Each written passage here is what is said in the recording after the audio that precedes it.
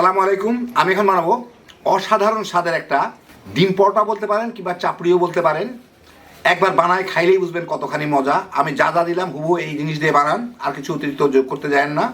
খায়া তারপর বুঝতে পারবেন কি জিনিস। তৈরি করা খুব সহজ, মাত্র কয়েক মিনিট লাগে। তো আসেন দেখি শুরু করা যাক। আমি এখানে আধা কাপ চালের গুঁড়া আর 1 কাপ আটা নিচ্ছি। ইচ্ছা করলে আপনারা ময়দাও দিতে পারেন। এর মধ্যে আমি 2টা ডিম দিব ভেঙে।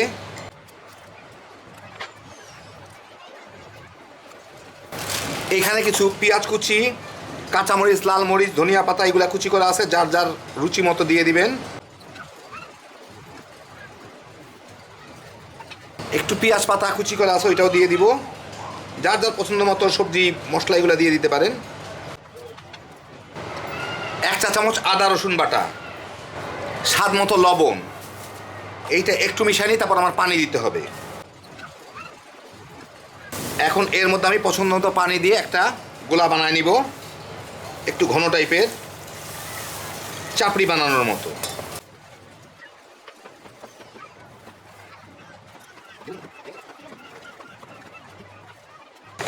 তো হয়ে গেল আমার বেশ মোটামুটি একটু ঘন টাইপেরই একটা ব্যাটার। এখন এটাকে 5-10 মিনিট রাখবো। এটাকে প্রায় 10 মিনিটের মতো রেখে দিব, রেখে তারপর আমি ভেজে নিব চালের গুঁড়া একটু ফুলে ওঠা পর্যন্ত। আমি এখানে একটা ফ্রাই প্যান নিয়ে মাঝারি আঁচে গরম করে নিছি। এর মধ্যে আমি একটু তেল ব্রাশ করে নিব। তেল ব্রাশ করেই একটা টিস্যু দিয়ে আমার তেলটাকে একটু মুছে নিতে হবে। খুব একটা মানে তেলের একটা হালকা আবরণ থাকলেই হয়ে যাবে। প্রথমবারই করতে হবে, পরের বার কিন্তু এটার দরকার নাই। এখন আমি যে গোলাটা বানাইছি এইটা একটু ঘুটে আমি এর মধ্যে দিয়ে দিব পরিমাণ মতো।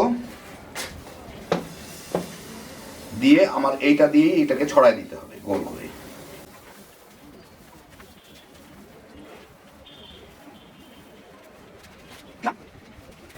এই মিনিট খানেকের মধ্যেই দেওয়ার সাথে সাথে দেখবেন এই যে সাদা সাদা হয়ে জমে যাচ্ছে, এটা মানে সিদ্ধ হয়ে যাচ্ছে। আর একটু হোক।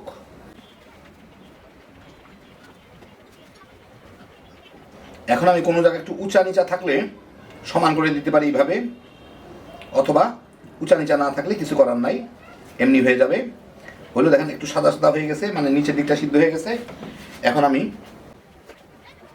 এইটাকে উল্টায় দিব। বাস উল্টা একটু চেপে চেপে ভেজে নিব, যাতে ওই দিকটা সমানভাবে হয়। উঁচা নিচা কোনো জায়গা থাকলেও সব জায়গাটা যাতে হয়ে যায়। আমি মাঝারি চেয়ে ভাজতেছি। এই পর্যায়ে চাইলে একটু জালটা বাড়ায় দেওয়া যায়, কোনো অসুবিধা নেই। ওই দিকটা বোধহয় হয়ে গেছে। 1 মিনিটের বেশি ভাজার কথা না, লাগার কথা না। এখন আমি এইটার উপরে একটু তেল ব্রাশ করে দিব।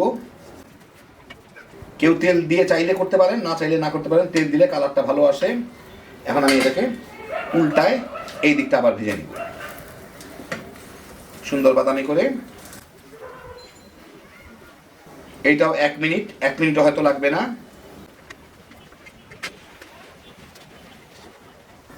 এখন একটু ভেজে এর উপরে একটু তেল ব্রাশ করে দিই, দিয়ে এখন এই দিকটা আমি আবার ভেজে নিব।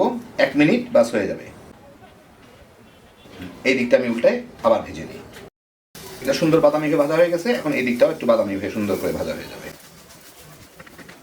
এখন কেউ যদি জাল বাড়ায় দিয়ে থাকেন, এখন জালটা আবার কমায় দিবেন, কারণ পরেরটা দিতে দিতে যাতে এটা মিডিয়াম হিটে চলে আসে। এই দেখেন খুব সুন্দর হয়ে গেল এটা ভাজা। বাস এর উপরে আমি সবগুলোকে ভেজে নিব।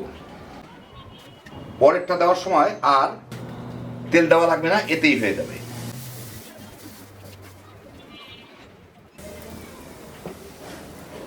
দেখ হয়ে গেল আমার দারুণ মজার ডিম আটার চাপড়ি অথবা ডিম আটার পরোটা। তো এই দেখেন হয়ে গেল আমার দারুণ মজার ডিম পরোটা বলতে পারেন, ডিম চাপড়িও বলতে পারেন।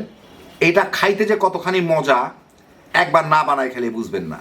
সাথে কোনো কিছু লাগবে না, এমন কোনো সসেরও কিন্তু দরকার নাই। যদি আমি দেখানোর জন্য পাশে একটু সস দিয়ে দিলাম।